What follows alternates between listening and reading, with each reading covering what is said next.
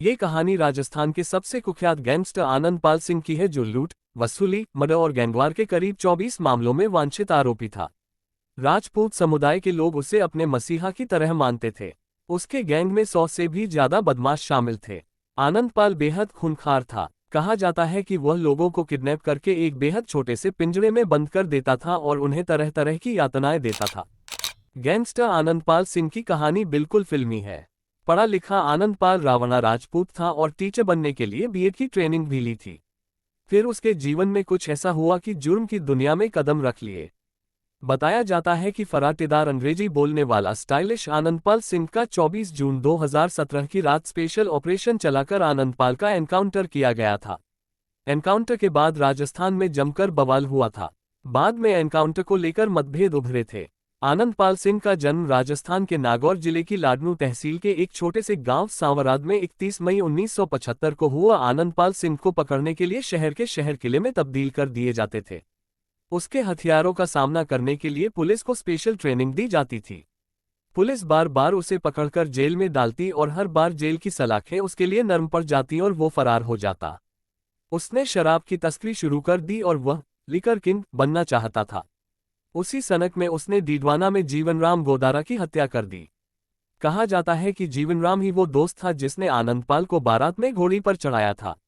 आनंद पाल एकदम स्टाइल से जीने का शौकीन था।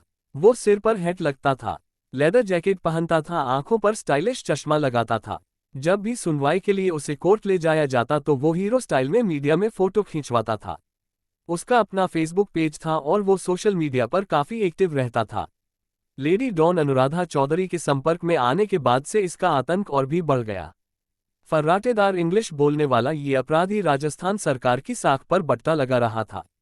सीकर के गोपाल फोगावट हत्याकांड को भी उसी ने अंजाम दिया था और कोर्ट ने 8 मामलों में उसे भगोड़ा घोषित किया हुआ था।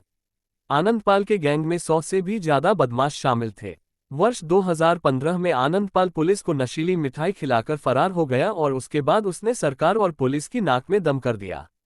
इसके बाद राजस्थान पुलिस लगातार आनंद पाल को ढूंढ रही थी और 24 जून को उन्हें पता चला कि चूरू जिले के मौलासर गांव में आनंद पाल छुपा बैठा है।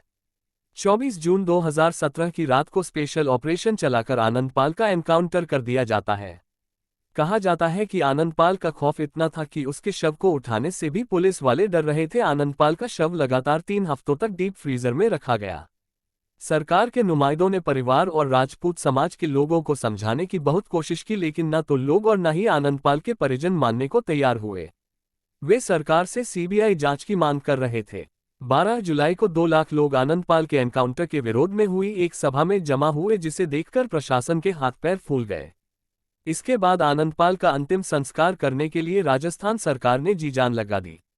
अगले ही दिन सरकार ने परिवार को अंतिम संस्कार की इजाजत लेने के लिए बुलाया और पीछे से पुलिस ने आनंद पाल का अंतिम संस्कार कर दिया। परिवार ने सरकार पर जबरदस्ती अंतिम संस्कार करने का आरोप लगाया। इसके बाद भी काफी दिनों तक यह मामला गरमाया रहा, लेकिन धीरे धीरे मामला शांत हो गया।